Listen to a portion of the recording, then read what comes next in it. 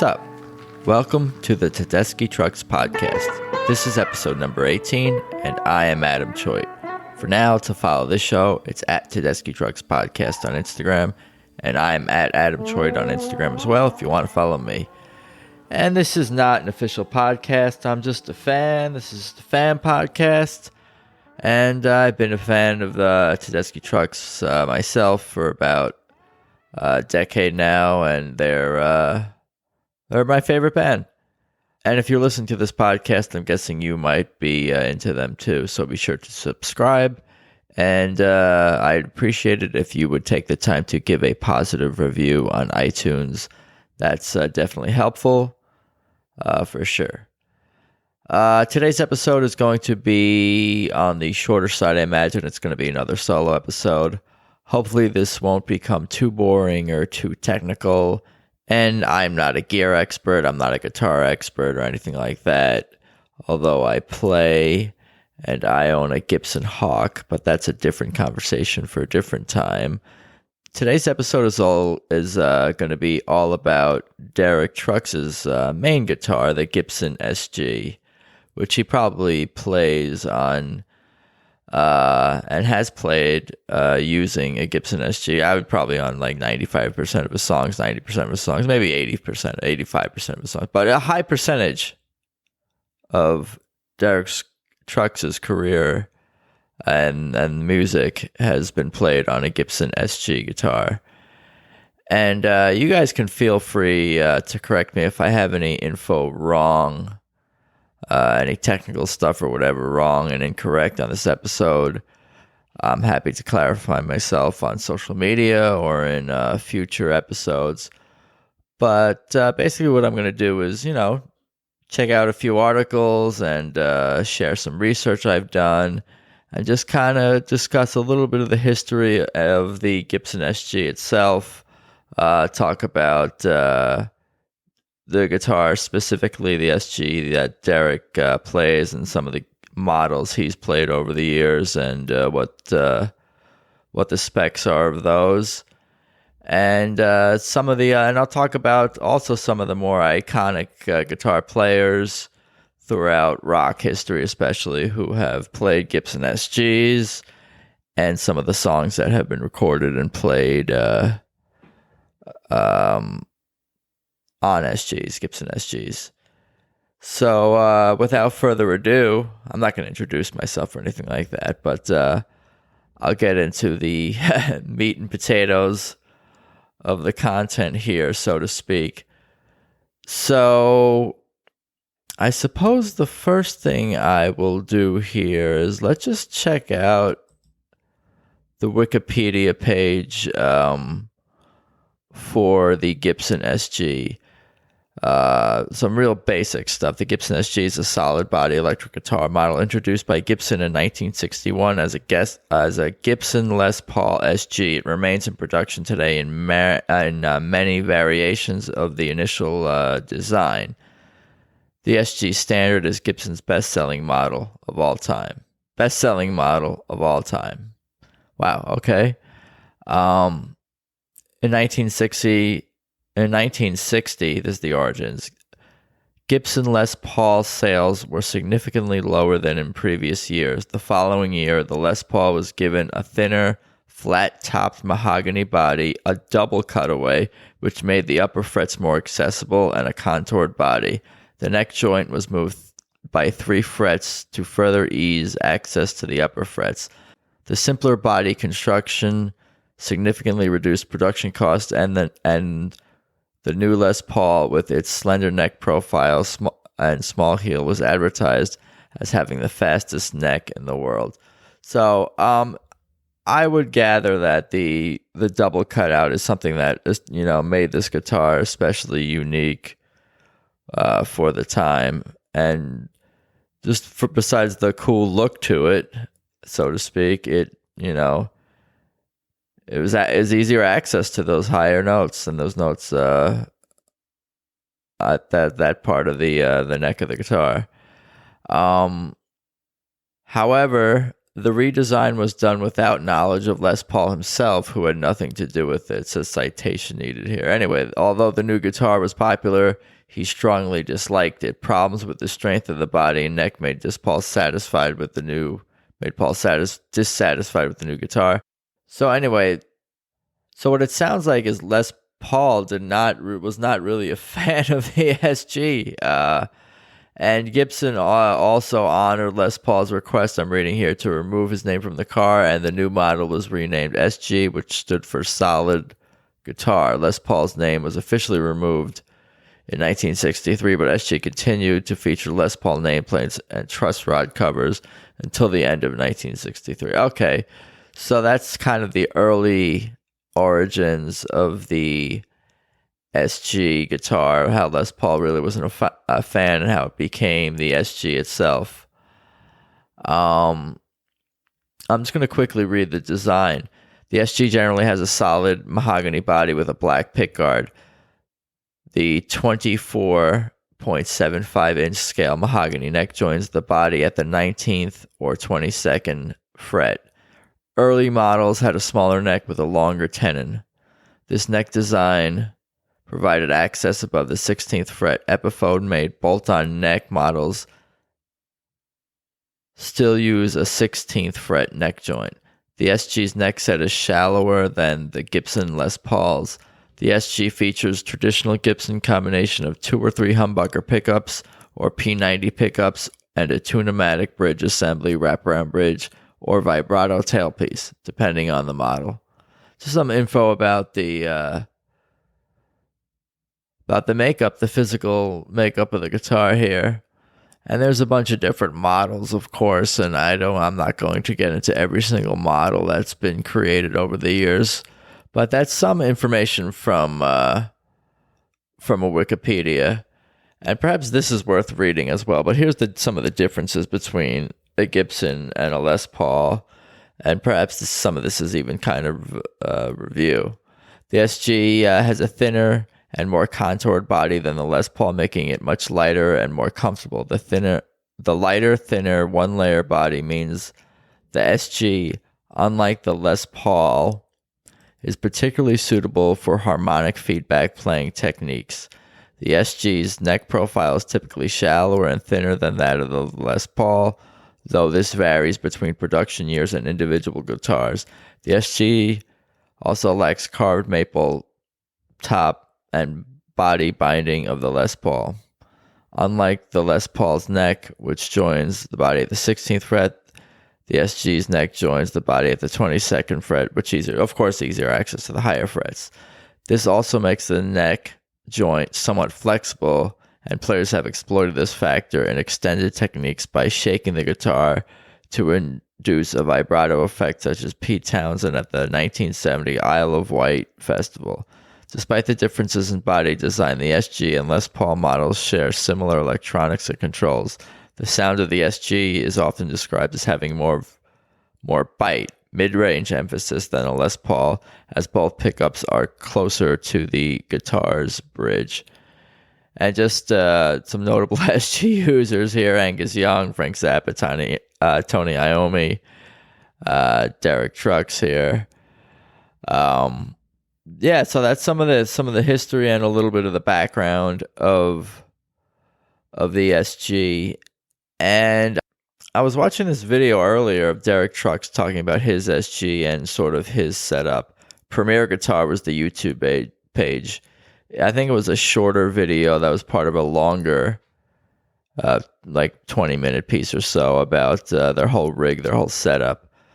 But basically, he was talking about how he was holding a copy of Duane Allman's SG, and he happened to get it from Duane Allman's daughter, Galadriel. It was a super light guitar, he was saying, and he basically bounces between a signature SG that's based on a guitar he played for a decade. So it's basically 2 SGs that Derek plays. And this was, this interview was, let me see when this interview was, was released here. It was earlier this year, February 20th. I don't know if that's when the interview took place, but anyway, it's fairly recent. That's all I'm saying. It's fairly recent, so chances are these are probably what Derek's been playing. I'm sure you guys out there, you gearheads out there, will give me the up-to-date details on all of the gear that the entire band is playing.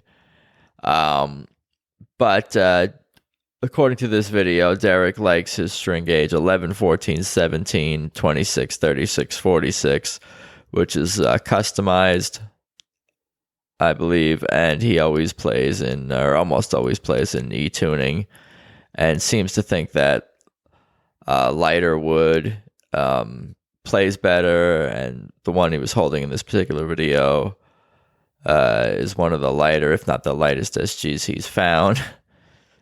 Seems to think that road played used guitars always sound the best versus the pristine guitars. And Derek likes the action on his guitar as low as possible, but still able to play slide. And of course, on the road, he's constantly tweaking and having his guitars tweaked, watching the neck because of indoor, outdoor shows and changing venues and climates, etc., etc.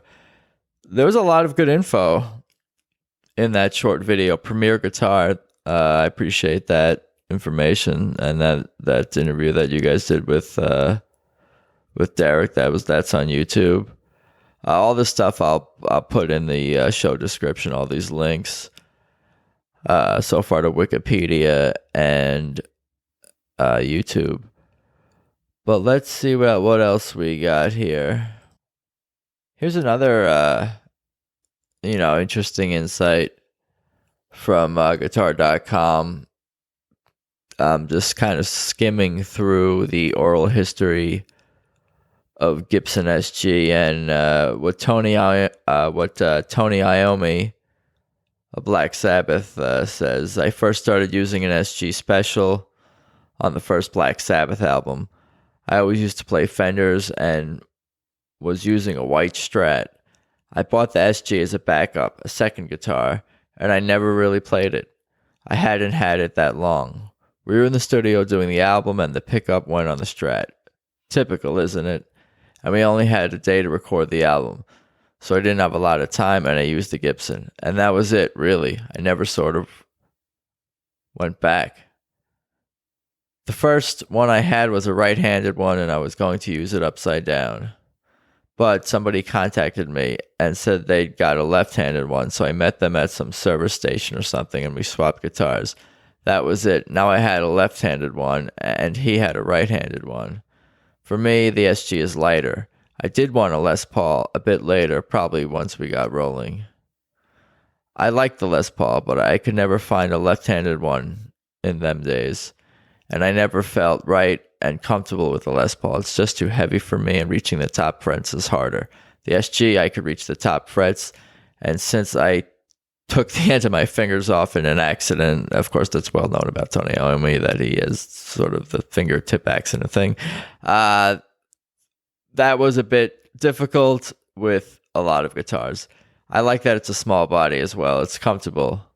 And then, of course, continuing on through this article here, we see that I see a picture of Jimmy Page using the double neck SG EDS-1275 on Stairway to Heaven here.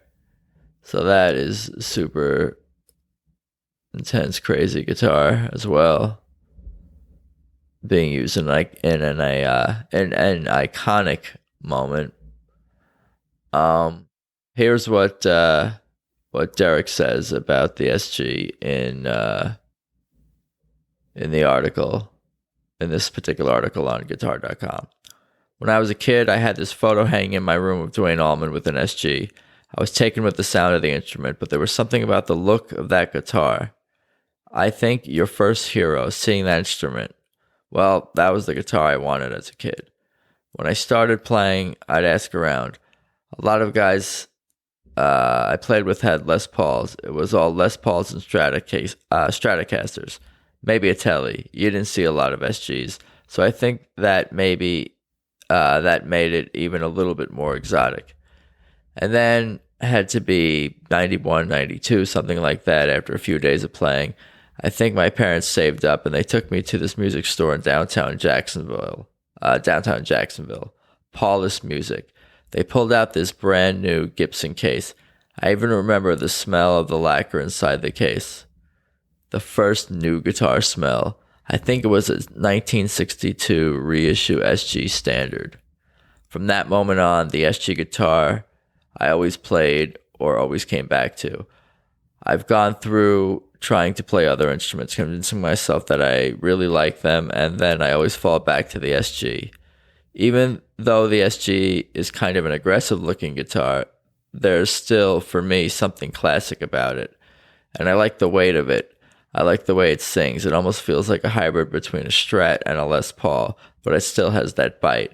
I don't play with the pick often. It's usually just my hands, so there's something about the bark of an SG that I really love. I still have that first one. I played it for 10, 15 years. That's the one I've got a boatload of signatures on. I remember we were playing some club, I think Aspen, Colorado, just rowdy clubs we played all the time, and you leave your guitar on the stand between sets. I remember going back for the second set, picking it up and feeling those strings loose, then looking at the headstock. I think somebody had knocked it off the stands and then put it back up. I had it repaired and it was fine, but it was never quite the same. So I ended up moving on to another one at that point and then just stashing that thing away. And then it talks about the one that Dwayne Allman's daughter gave him. A Strat seems a little more bulletproof. You can run it over with a car and it'd probably still play fine. But an SG seems a little more hands-on. You really have to be on it. I like that. I like the ever-changing elements of it. Yeah, let me see when this piece was actually released. September 3rd, 2019. So also not that long ago. So that's cool information. That sucks about what happened to that guitar getting damaged. I wonder what the current status of that guitar. That other SG is the one that that Derek thinks got damaged on stage or whatever. Here's something from groundworkguitar.com about Derek Trucks and his gear. This sort of has a list and some goes through Derek's different guitars. I don't know how accurate this is. I'm guessing it's probably pretty accurate.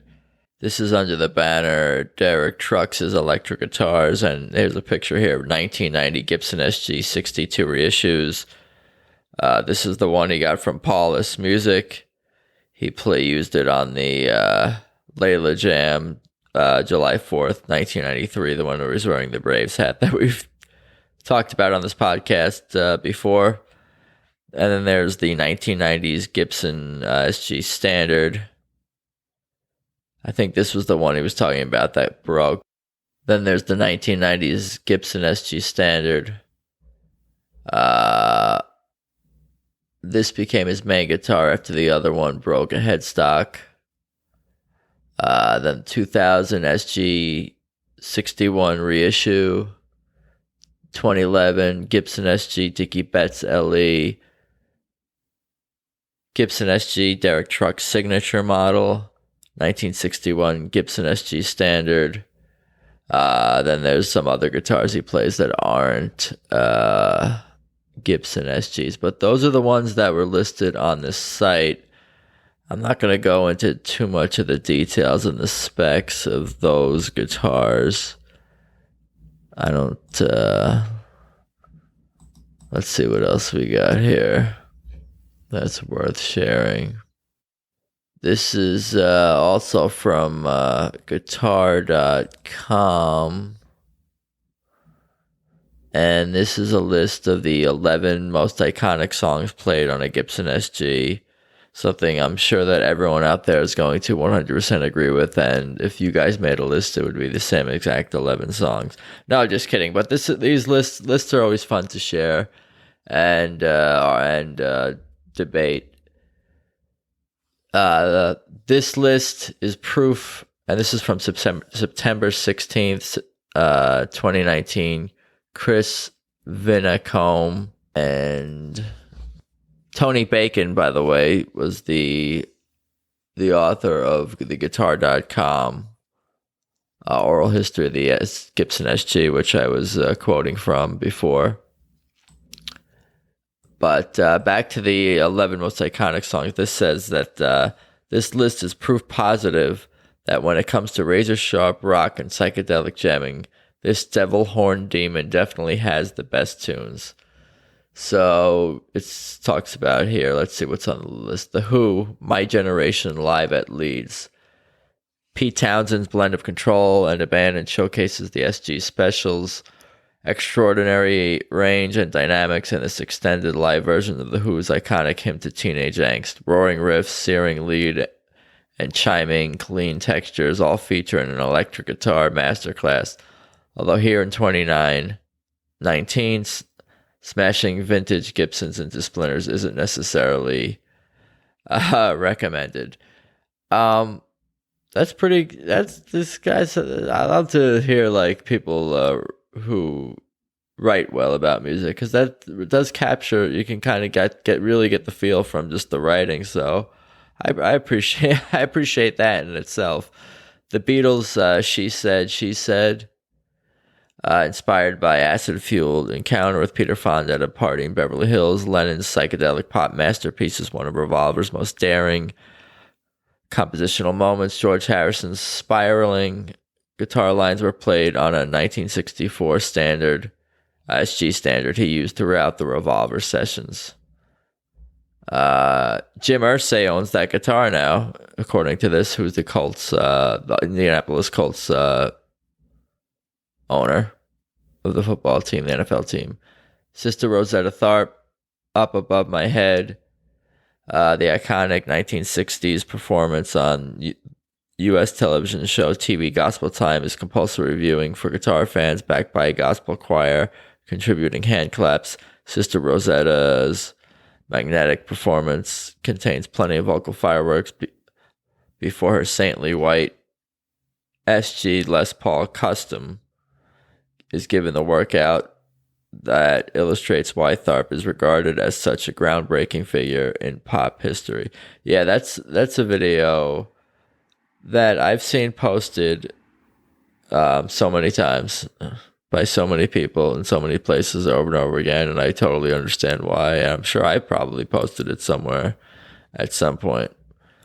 Cream, Sunshine of Your Love. Clapton's Fool SG is one of the most recognizable guitars of the psychedelic era, both for its hand-painted visuals by Dutch artists Marziek Koger and Simone Postuma, and the woman tone that was the signature of his Cream era sound. AC/DC Back in Black. Angus Young is synonymous with the Gibson SG, and among a formidable catalog of hard rock riffs, this may be his finest. An ass-shaking blend of power and clarity, this air guitar anthem has probably sold more SGs and Marshalls than any other recording. The Allman Brothers' Statesboro Blues. 1971's Fillmore East explodes into life with the unmistakable sound of Duane Allman's searing electric guitar, performed on the 1960 SG Les Paul Standard that sold at auction for a massive $591,000 in July. Although the song was originally recorded by blind Willie McTell in 1928, it was the Taj Mahal version of Statesboro Blues that got Allman into slide playing in the first place. Black Sabbath. Well, we kind of talked about that before, but let's see what else we got here. Robbie Krieger of The Doors bought his first SG in a Santa Monica pawn shop because it was the closest thing he could afford to the red Gibson he'd seen Chuck Berry play live. But the Doors guitarist took the instrument way beyond the boundaries of rock and roll. His band's most famous song is a prime example, recorded into a twin reverb Light My Fire So the Doors take inspiration from Bach and John Coltrane. And then, of course, this talks about Santana's Soul Sacrifice. They told us we weren't going on until late, so I said, hey, I think I'll take some acid, and by the time I'm coming down, it'll be time to go on stage and I'll feel fine. And that's what Carlos Santana thought while prepping for his famous performance at Woodstock in 1969. I was peeking around 2 o'clock, he revealed to Rolling Stone 2 decades later. Somebody said, if you don't go right now, you're not going to go on. All things considered, the 6-minute wig out proves that sometimes the drugs do work. And then this article here also gives love to Tedeschi Trucks' Midnight in Harlem. The man many guitarists consider to be the world's finest electric slide player is one of the modern era's prime exponents of the Gibson SG. On the road these days, Derek Trucks' spine-tingling tones are primarily wrung from the Gibson custom Dickie Betts models through super reverbs and Alessandro lamps, while the vintage Gibson reissue SG he grew up with, retired from live use some years ago following Headstock break, features the signatures of such giants of the blues as B.B. King and Hubert Sumlin. So that's some pretty good stuff on the SG. It's a cool guitar. I hope to own one someday. I don't right now. But I'd also like to interview someone who's more of an expert on gear, guitar, the SG guitar itself, because that would be cool. I'm sure I could get someone on here who could have a lot more interesting information for you guys and deliver it as well in a more interesting fashion as well. But I definitely appreciate the support from all you guys out there and for taking the time to listen. I hope everyone is hanging out there. Not hanging out, actually. I meant hanging in there during this super fun 2020. It's been a great year. It's been a great year for everyone, I'm sure. We're all having a wonderful, wonderful time. No, for real, I'm thankful. I'm thankful for my health, and we should be thankful for everything that we have. That's and express gratitude and try to feel as much gratitude and be nice to each other, as Susan Tedeschi often says on stage. But for now, check out Tedeschi Trucks Podcast on Instagram. That's at Tedeschi Trucks Podcast. And of course, remember to tap subscribe or follow on iTunes, Spotify, or via whichever way you listen to this show. Again, positive reviews on iTunes are greatly appreciated. I think that's about all I got for today. Thank you for the people who wrote those articles and produce those that YouTube video. I will be sure to put links to all those things in my description for the episode. But again, thanks again, everyone, and everyone have a good evening or day.